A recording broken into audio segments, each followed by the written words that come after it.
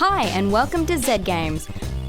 Recorded live at 4ZZZ Studios in Brisbane and broadcast nationally over the Community Radio Network, Z Games brings you the latest gaming news, reviews and interviews from across Australia and around the world. Welcome once again to another episode of Z Games, Australia's most beloved gaming radio program. Don't check me on that one. We are coming to you live from 4ZZZ in Brisbane. You might be listening to us around the nation on the Community Radio Network. Razor, what's happening on this program? Also, who else is in here with me? Candy? Oh, yeah, me, I'm here. Candy's Hi, here. Hi, everyone. Yay, yes. Made it this week. Yeah. Alana Pierce, you're here. Hey, what's up? Yeah. Is this your last show? This is going to be my last Z Games. Oh, man. I think it's been 2 years. Everyone. I'm pretty sure it has. Yeah.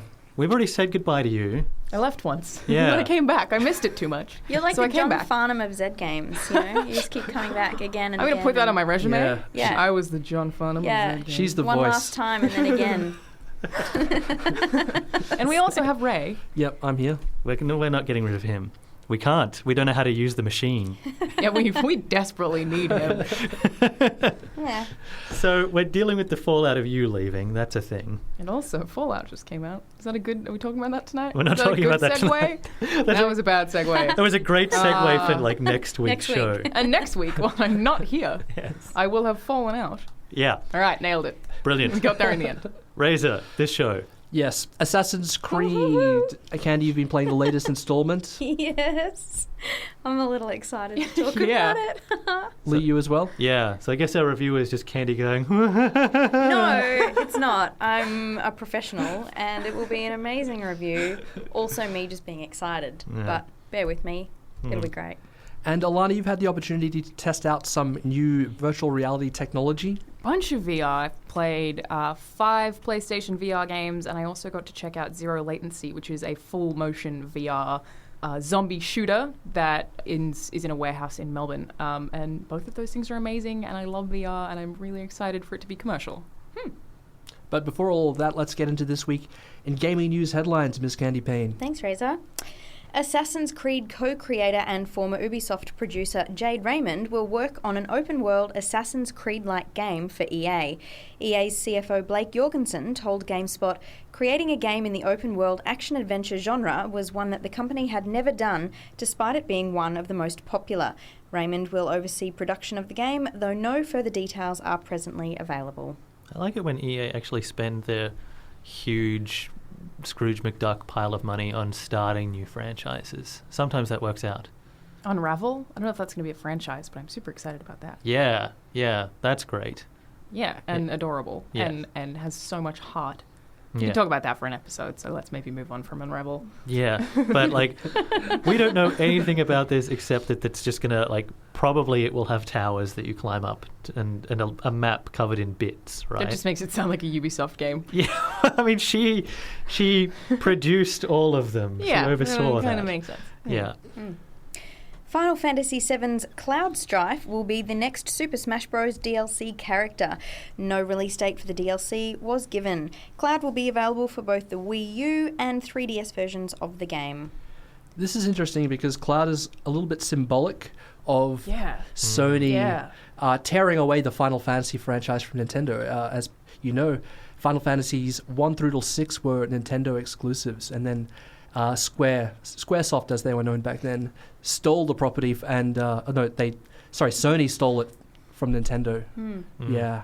This kind of blows my mind, though. It's one of those things that when people were doing the ballots for who was going to be in Super Smash Bros., it was one of those things everyone wanted, but everyone was like, that's never going to happen. There's no way that's going to happen. So when they announced it, I was like almost crying. It was like I don't even care about Cloud. He's a whingy little douche. But I was still like, oh my God. Yeah.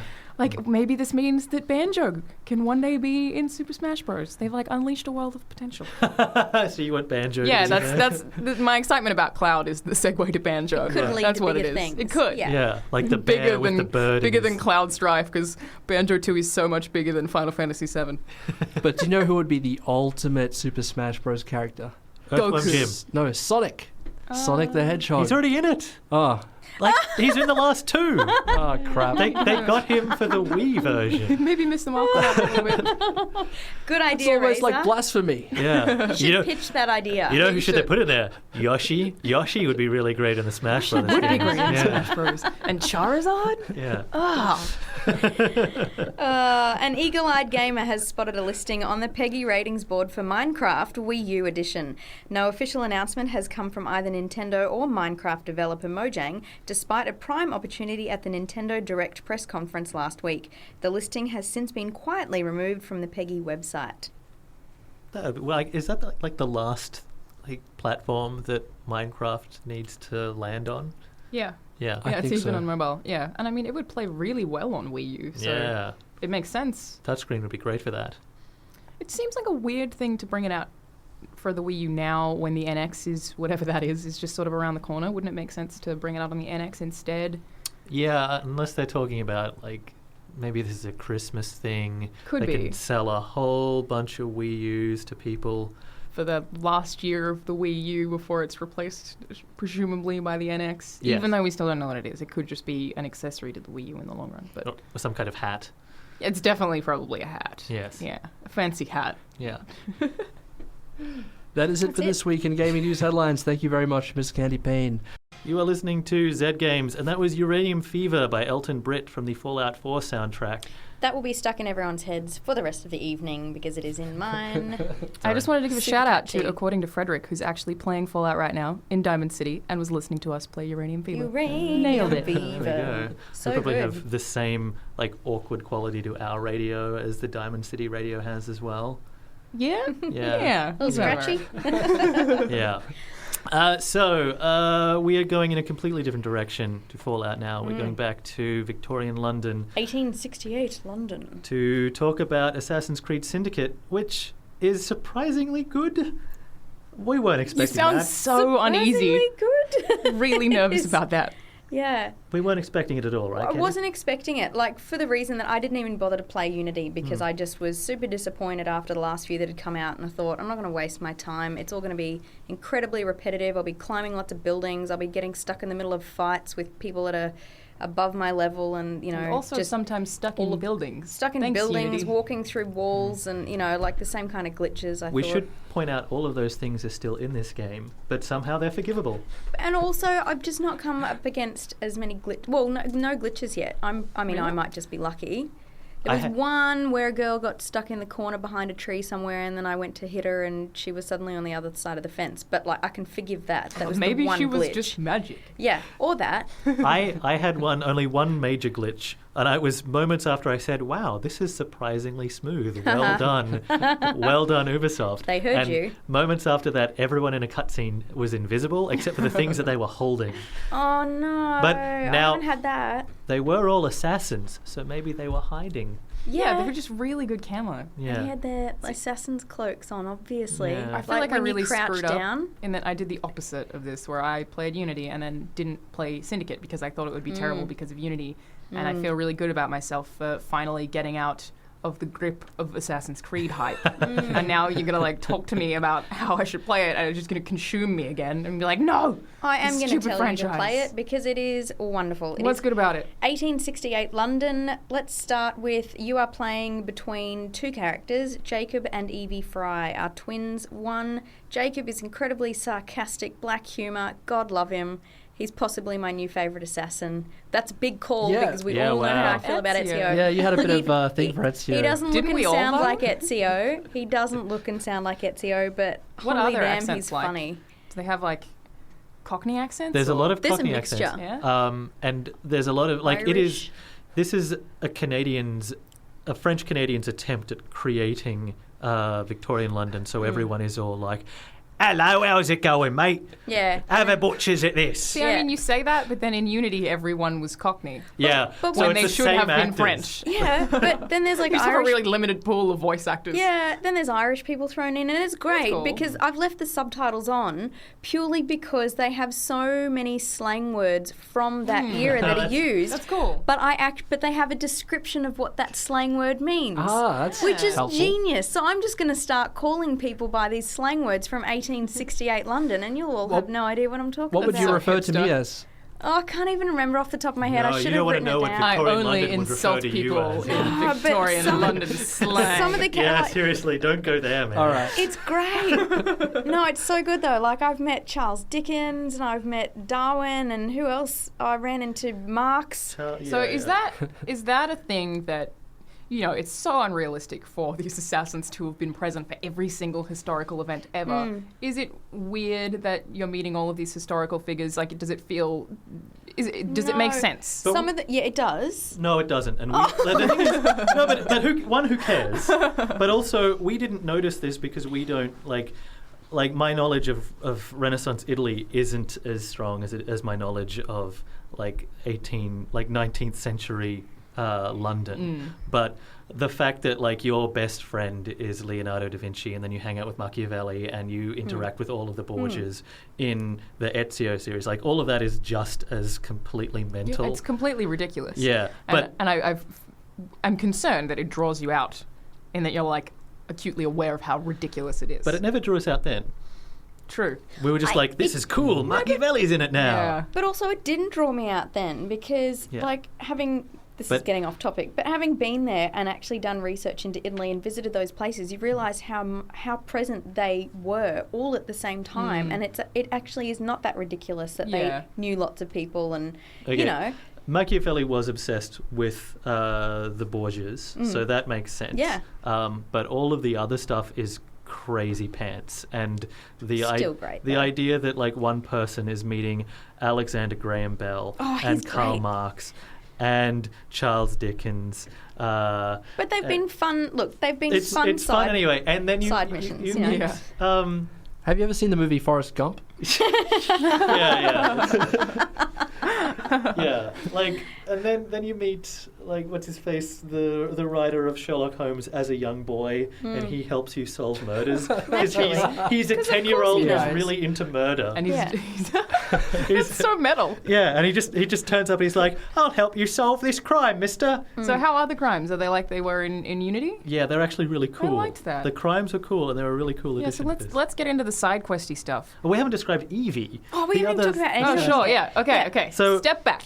Jacob starts fights with people and gets into trouble. Love him. So I pick him a lot more often because I'm all heads in, guns blazing. Do you have the choice to choose between both of them in every mission? I thought it was mostly Not in every Jacob. mission. No, sometimes you're forced to stay on a certain path as one particular character, and you go to switch and it says you can't switch characters at this time. Okay. Yeah, but depending on different missions that you choose around the map, you normally can swap. So they have different traits. They have their own story missions, but then a lot of the side quests that you're doing with, say, Inspector Abeline, the guy who was attached to the Jack the Ripper.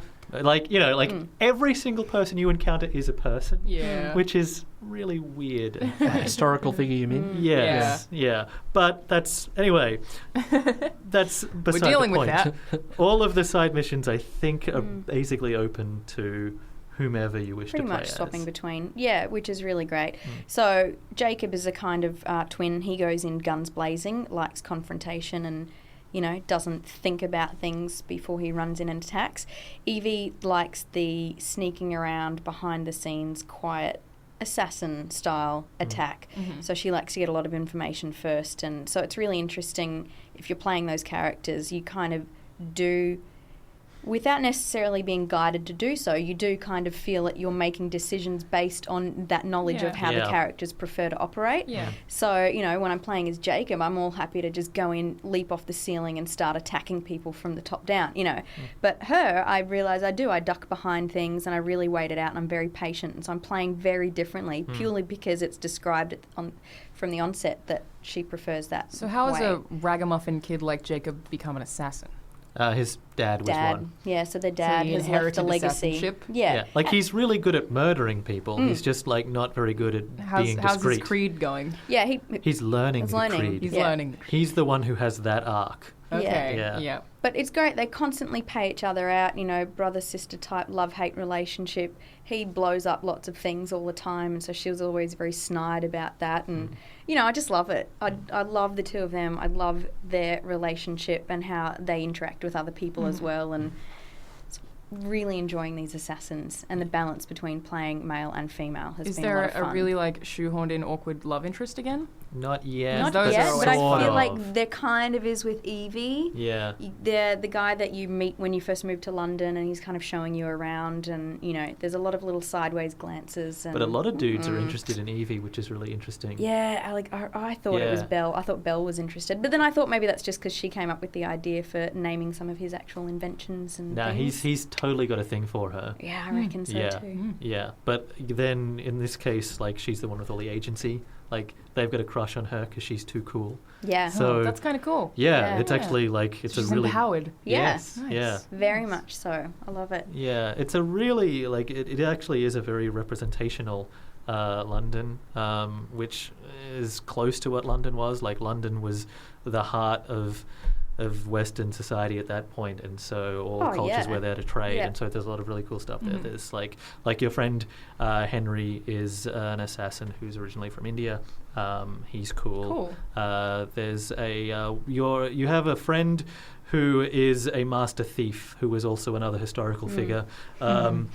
She helps you hijack stuff. Her name is Ned, or his name is Ned, because it's a trans character, they never talk about it at all. It's just a this thing. Yeah, like no one gives a shit at all. It's just there's a dude in a bowler hat.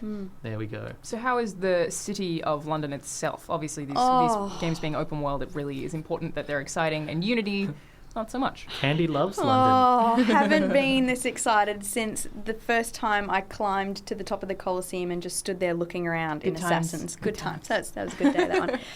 It was the same reaction. Like, I've realised, I found the map, and the minute we made our way into London, I was immediately looking for landmarks that I knew and wanted to just go and look at them, and so just completely went off the beaten track, did not follow the storyline at all, jumped off the train and just went exploring, and just found as many like viewpoints as I could, climbed to the top just so I could get a better view. And it is incredible. It is incredible. I spent 20 minutes just running around the inside of Westminster Abbey just because I could.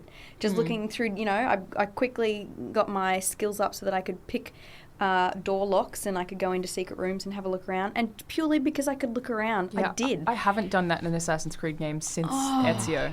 Since Brotherhood. It is remarkable. And,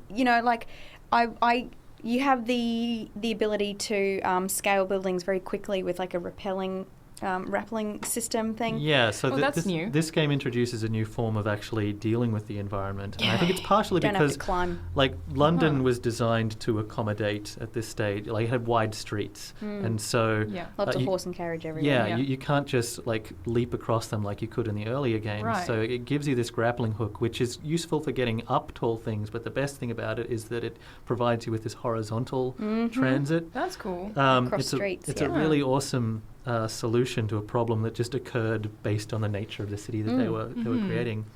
So you've got this Batman-like grappling hook thing, and one of the ways that it introduces that is that you have to use it to get to the top of Big Ben, which is the first time that you That's really cool. get a sense of the city, and it provides you with a landmark that like everyone knows. Is that your classic Ubisoft game, synchronized point that reveals more of the map? Yeah, silly me though, went and did that before I actually had my grappling hook. So you were there clambering up I climbed up the hard way.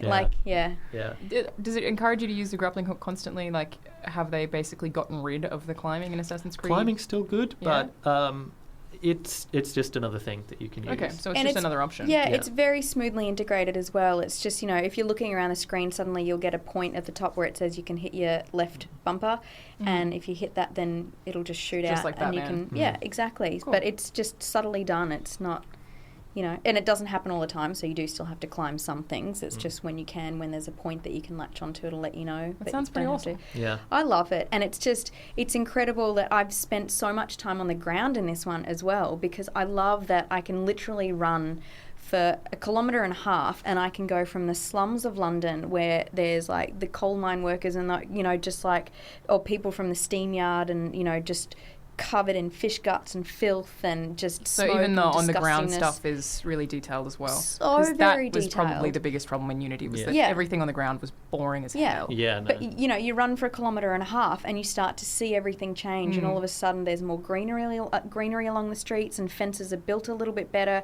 and then you go from like the timber shanty homes into these glorious like big brick, smoke billowing out of glorious chimneys at the top. Like, it's just, the detail is unbelievable. It's a very expensive game. Yeah, you're kind of almost that selling is it to me all I on can that. think. And it just, it's one of those games that, again, you just immediately want to start travelling around the world in real life when you play this, because it's just... You want to see that stuff in real life. Oh, it is spectacularly done. In terms of gameplay, what else is new? Stuff. No, I mean, there are skill trees now, which they use to differentiate the character. And kind of like the stuff that was in Unity? Yes, but they're better presented than in those ones. Is the Unity equipment stuff still in there? Some of it, but like it's cut down a bit. There's crafting. I mean, it is a grab bag of things from previous games. Okay. Yeah, but it seems easier and there's less of it. Like, it's the first time I've looked at, like, the dashboard or something on this game, and I know exactly what skills I want to move to. I know exactly how I want to upskill. I know when I want to upskill my little rooks, who are the the other. Oh, yeah, I'm glad those are back. They're back. Do they function like in Brotherhood? They function like they're in a Saints Row. Oh, really? So you have a gang. That's cool. You've got a gang that you can upgrade, Right. and you can give them orders and just And do they have recruit them. personalities? They have a personality. There's a bunch of them. Okay, They so have not really. personalities in that there are different ways of upskilling them. So there will be some that take the lead and will open fire when they are told to attack, and there are others that will just go in swinging fists. There's like But it's not like, walking around No. Saints Row 4 with Kinsey. No. No, There's okay. there's 4 different types of dude. That's pretty much Right. it.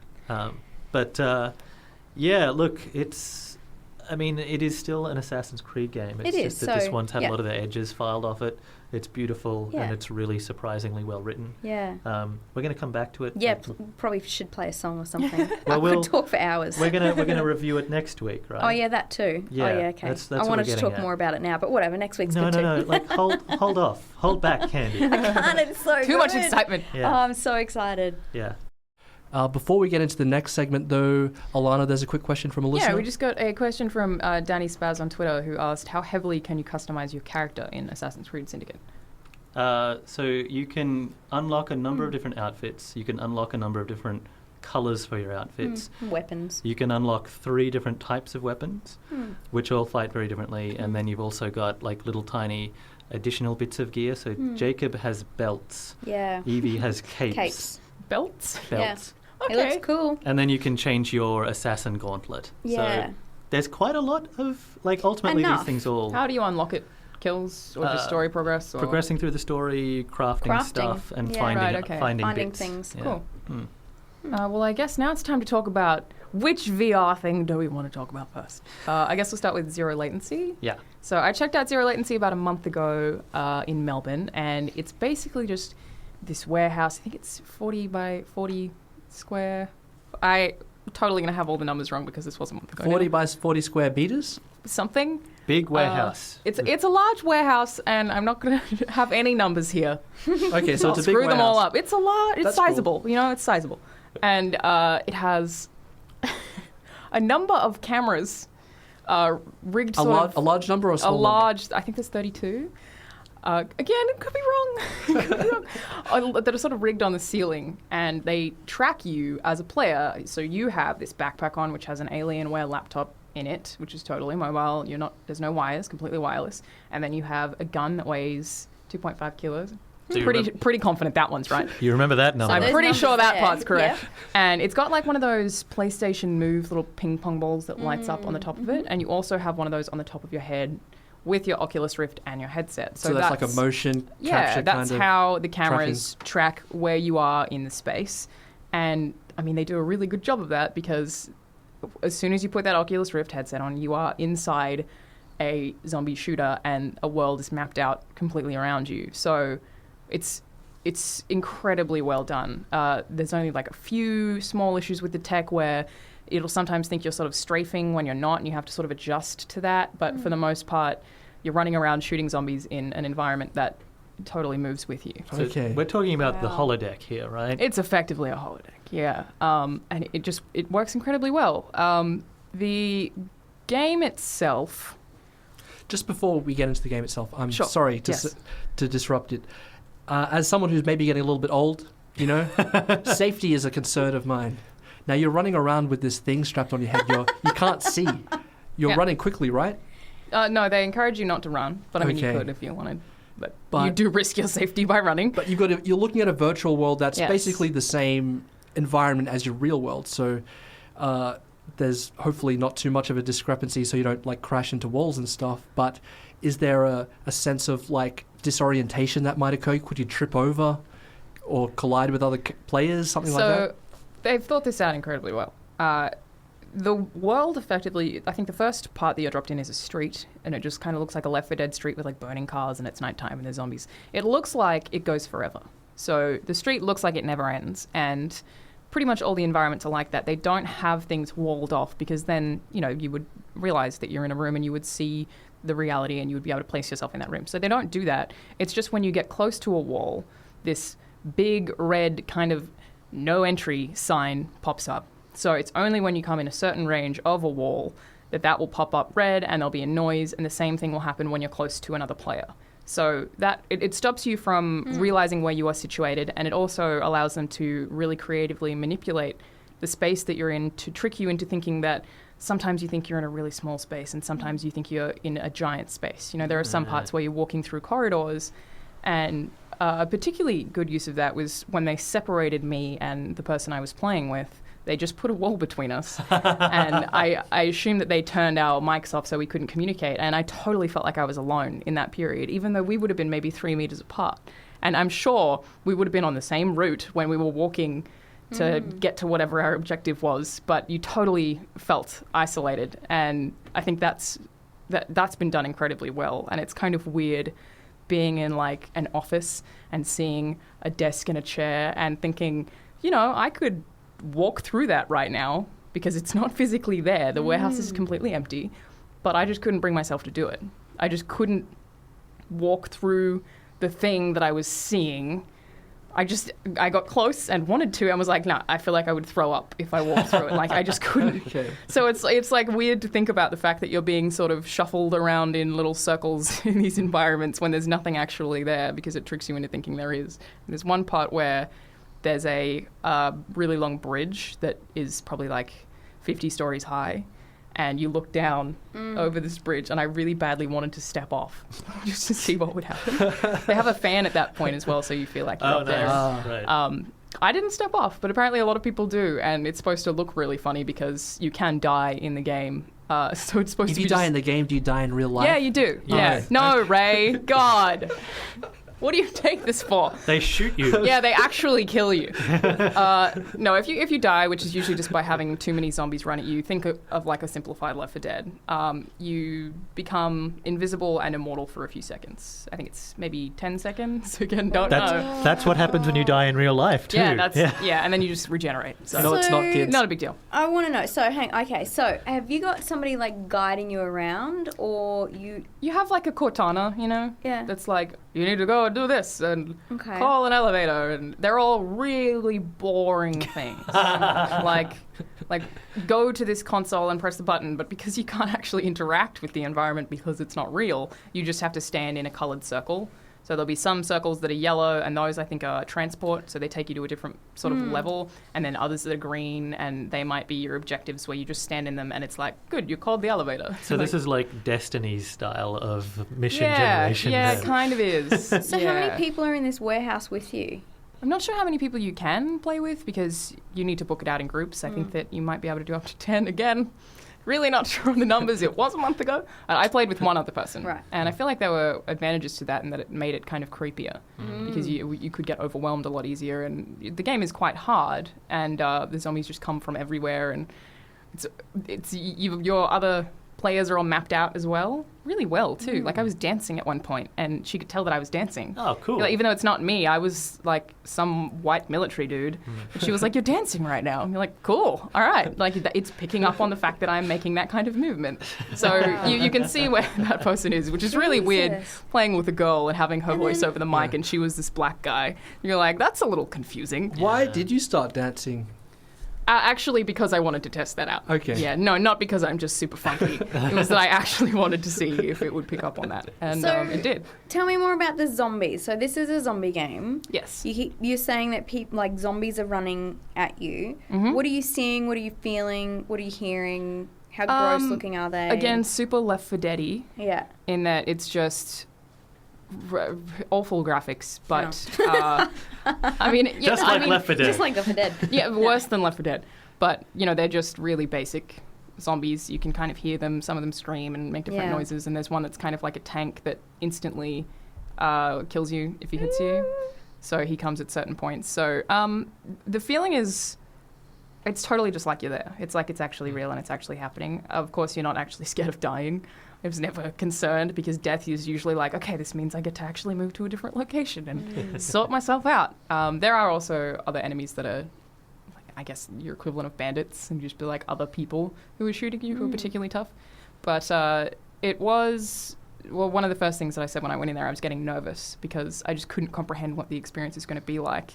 And I asked if I would be scared, and one of the people who worked there said that I would definitely scream because everyone does. And I totally did. It's like you just casually walking forward and then, my other player was like, there's someone behind you, or like, Alana, look behind you right now. And then I would turn around and there'd just be a zombie in my face. And, you just jump back and scream totally because it's so convincing that you're there because you can't see anything else but that. Oh so my God. it's totally for people with heart conditions, pregnant women, the elderly. Oh, yeah. Yeah. They all love I this believe game. that's their target audience. I'm totally imagining a virtual version of, like at theme parks and things, how they sometimes have those horror fright nights set up and you're walking through a very enclosed little maze. Like a haunted house thing. Yeah, and they got people jumping out. I'm picturing that, but they're not for whatever actually touching reason, you. it's not as scary as that. Because you got a gun. I mean, you do have a gun, which has and they don't, you can't grenades physically feel and them. there's a shotgun, a rifle, and a grenade launcher, which is just the best. A lot of guns taped together. You know what'll come next, though? They'll actually have staff in these things that that will know when there's like a horde of zombies around you, and you'll get people touching you so that you actually feel like you're surrounded. I definitely would have liked more environmental stuff, like being near the flame of a car making me feel warm. Yeah. That would have been really nice. Well, if this is anything like those 4D experiences that Warner Brothers does, Yeah. the fourth dimension is happen. always being sprayed with water. So Always. That's what's going to happen. Yeah, but you've got Alienware laptop in your backpack, water. Yeah, they can't really do Yeah, water. that's not going to be good. I mean, it's a pretty well secured backpack, but Yeah, they'll just I feel like cover it in they could. rubber hosing and spray you with water. It's the fourth dimension. Ask Warner Brothers. say no. So Zero Latency, that's available to play in Melbourne? Yeah, it books out incredibly quickly. But currently only in Melbourne, though they are planning on branching out to other parts of the world and eventually. permanently there? Yeah, I believe so. Amazing. I mean, it's doing quite well. And final thoughts would be that it is an incredible experience. There's nothing else that's like it. It's just that the game does totally suck, but it doesn't matter that it sucks because the fact that it works is so cool. It's a friggin' holodeck. It is. It's only going to get better from here. That's the biggest thing, is that I see so much potential and amazing things are going to come out of it. Yeah, they've all listened to this now. Yeah. And next Fire. time, They want next time fire. you go down, there'll be heaters Let's around contact one Warner Bros. side. immediately. Yeah. That's what they'll do. Yeah. Alana, you were talking about a completely unique VR experience before. Tell us about all the other VR experiences, also equally unique, that you experienced at the Sony show. It's a good sentence. Good job. So I went to Paris Games Week about 2 weeks ago now, and I was mostly there for all the PlayStation VR stuff, and I got hands-on time with 5 separate VR games. The first one is Rig, which they showed a trailer of at their press conference at Paris Games Week, which is basically like Rocket League, but you're in a mech. Sold. Yeah, it's pretty cool. Wow. Yeah. So you're in this mech, you can jump around the map, completely controlled by a controller. Yep. And you have to collect these little orb things, and when you have a certain amount of them, then you can score a goal by running towards the middle of the map and diving in this hole. You can knock people back from diving in the hole, or you can shoot them so that they die, and then you would pick up their rings and goals and stuff. And it is really fun. I played it for about 15 minutes, and the PlayStation VR has just done such a good job of, I don't know how they did it, because hardware-wise, it doesn't make sense, but it doesn't have... I think it's called screen door effect. It doesn't have the same graininess that the Oculus Rift has. It just doesn't look as pixelated. Somehow. Magic, I think. It just... You totally believe that you're in those environments. And Rig was a really fun one because it was colourful and really fast-paced and shooting, and you're in this mech, which is just obviously the coolest So when thing you ever. look around, are you like inside the mech, sort of looking out? Yeah, of you it? can see like the lines sort of the mech. Like you've got... It would appear like you have glass in front of you. Right. Yeah, so you it starts off with you like jumping into your mech, and you go up this lift, which was really bad for motion sickness. I had a huge problem with lifts in VR, like lifting me up and me not feeling myself move. I'm already freaked out. I have Yeah, a problem it really with lifts bothers in me. real life, so this is already not going down well for me. Yeah, that was easily the worst. You part, get to was the review lift. this one, Candy, when it comes out. Sure. And get yourself a PlayStation VR. Great. But yeah, it was super fun. Not a lot of substance, but I mean, I initially could have said that about Rocket League, and I have played a lot of Rocket League in my time. So yeah, I think it's a really unique one, and definitely the PlayStation VR does a really good job of it because you feel like you're in that arena and you are the person that everyone's cheering to. And you know, they have like sponsor, like I think they're fake sponsors, just posters on the side so that you feel like you're really there, and there's commentators and all that stuff. So it's really authentic and exciting is how I would mostly describe it. And then the second one I played was probably my favorite, actually. It was Playroom VR, which I think it uses some of the standard PlayStation Playroom games, but I actually haven't played any of them before. The one that I played was called Cat and Mouse, and there was one person with a VR headset and then 3 people with controllers, which kind of makes me think of Nintendo Land. Yeah. So it's like one person has a different role to everyone else. And that one specifically was... One person was the cat, who was the person with the VR headset, and they had these 2 curtains in front of them. And the other 3 people were mice. And they were just on this floor that was scattered with all this stuff, and they had to collect all these bits of cheese. But the cat can see through the curtain and has to pounce out at the mice as they're moving towards different parts of cheese. So they physically have to lurch forward, which looks hilarious out of your peripheral vision. So you're like playing with a controller, and you have to sort of watch what the person with the VR headset is doing and how they're tensing to see when you think they're going to jump out of the curtain, because if they do, then they can get you. That's awesome. Yeah, so it kind of makes me think of this one Mario Party game where Chompomp is like at the end of this room, and you have to like sort of walk really, really, really slowly, and then you see his bubble burst, and he can like go and grab you, and he like steals you away. It's kind of like that, except almost in real life, because you are physically watching the thing that's going to grab you. This is hilarious. It was really, really, really cool. And another particularly cool thing about it was that the person wearing the PlayStation VR headset, when they spoke, their voice came through the speakers like it was on helium. Nice. So they like made that the voice of the cat and altered the way that they sound. So if you were playing it online, you would hear this person talking but sounding like a cat through these curtains. Oh, genius. Yeah. What a nice touch. That is really interesting to me because VR, I think, has been sort of pegged as a bit of a solitary experience. Yeah. Like, it's like, oh, you don't want VR because you're just in this, you got By the headset yourself. on, you can't, the outside world, everyone will think you're a loser. But this, like, there's possibilities here for, like, really cool multiplayer And there are stuff. a lot of Playroom games that they have for it, and I think in that sense, it's, you know, I of all of the other VR headsets that are now popping out, I don't think anything else has offered that kind of thing, and it was really well done and mostly just really, really funny. I have all this footage of this person just like sticking her head forward like some kind of dinosaur the whole time, and it's really funny watching that person tense out of your peripheral to be like, is she going to pop out now, or is she just trying to spook us? Because you physically see that. So. This is like that. What's that old Time Zone game? You know, the Smack the Crocodiles thing. Yes. Yeah, it's like that. It They're is. just kind of popping out and scare the shit out of you, and you have to like lurch at them. Yeah, it's interesting. Like I think some of the most fun that we've had as a group playing games has been the Nintendo Land asynchronous stuff. Yeah, and it's weird to me that like that Mario one, the chasing one. Yeah, great fun. And the ghost one. The Luigi's Mansion. And yet Nintendo put those games out and then never did anything else with that, with their system. Didn't add more.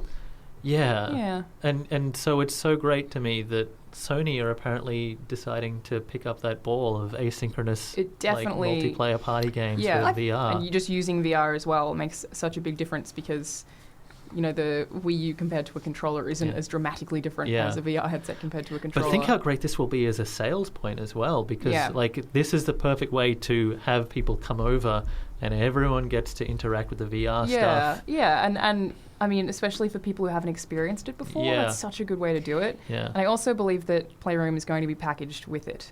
So you will get Playroom if you have PlayStation VR. Yeah. And I wish I could have played more of the Playroom stuff. Yeah. Because it was really, really cool, and I had no idea that existed before I played it. So I wasn't expecting it.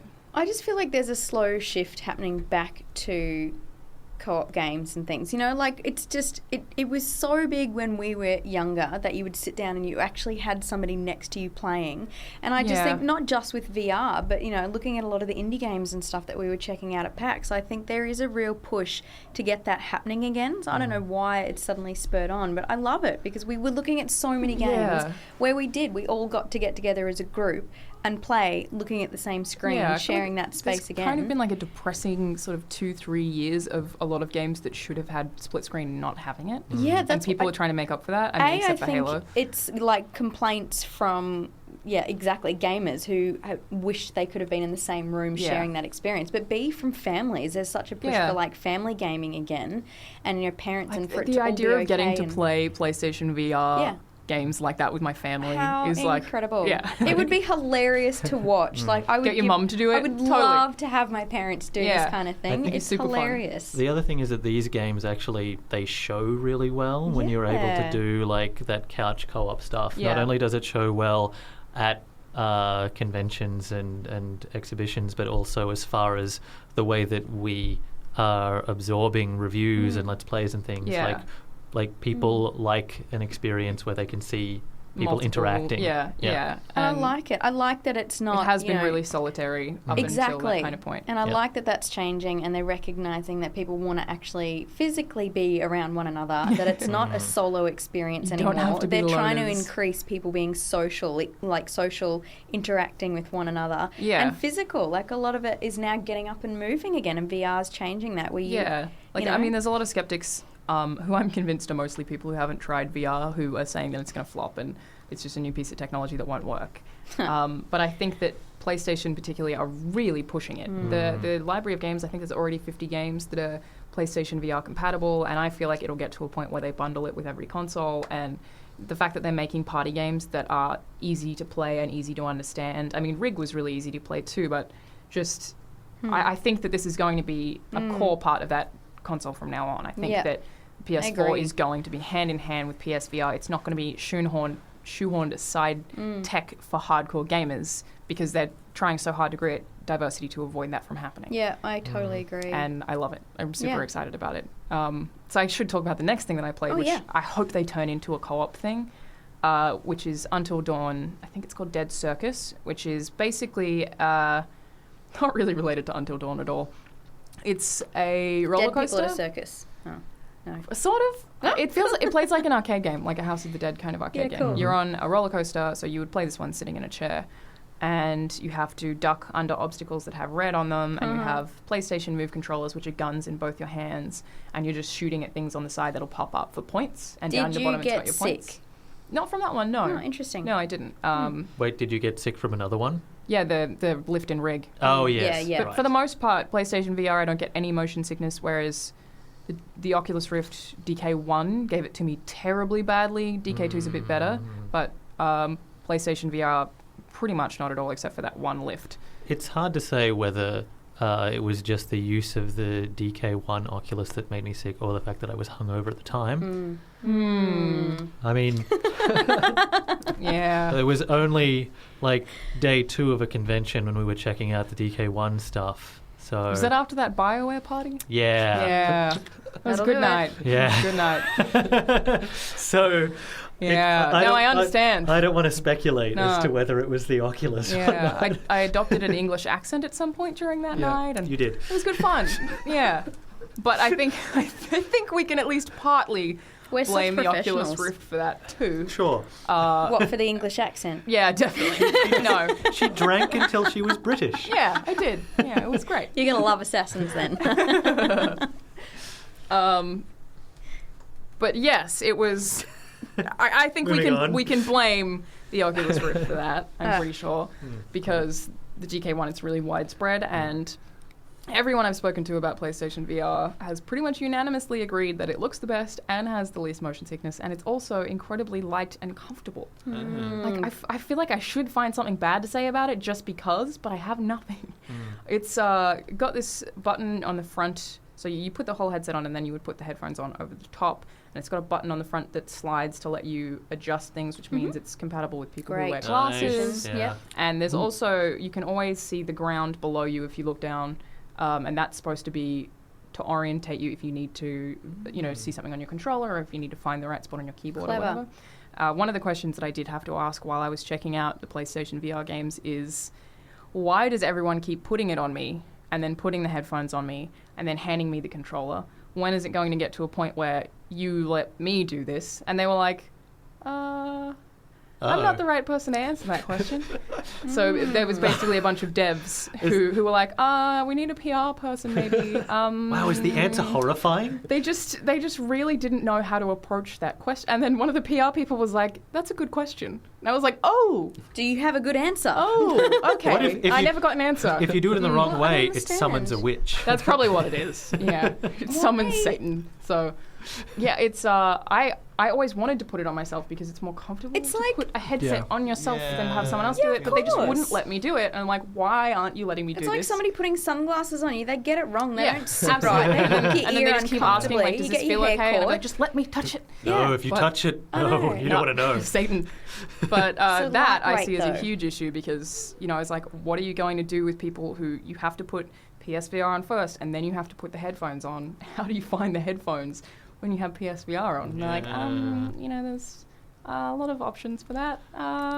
It's almost like it needs to be in some kind of mode where you can see through them to start with. So you put it on with full vision, and then there's you get yourself sorted down or something. Yeah, or just pick up your controllers, see past flick a the switch. Screen, though, is the problem. Maybe every sale of PlayStation VR comes with a Sony rep who will always put it on you and not let you touch it. They're like just slap your hand away when you try. They're just there waiting in your they're waiting in your broom closet, just waiting for you to want to play the game. Oh, I'm here. I'll put it on. I'll put it on. It is genuinely a concern because no one would let me do it, and no one could answer me when I asked why they wouldn't let me do it. Yeah. They haven't figured that out yet, I don't think. Yep. So PlayStation VR launches next year sometime. Yeah. Mid next year. Yes. Cool. Alana's been giving us some sneak previews.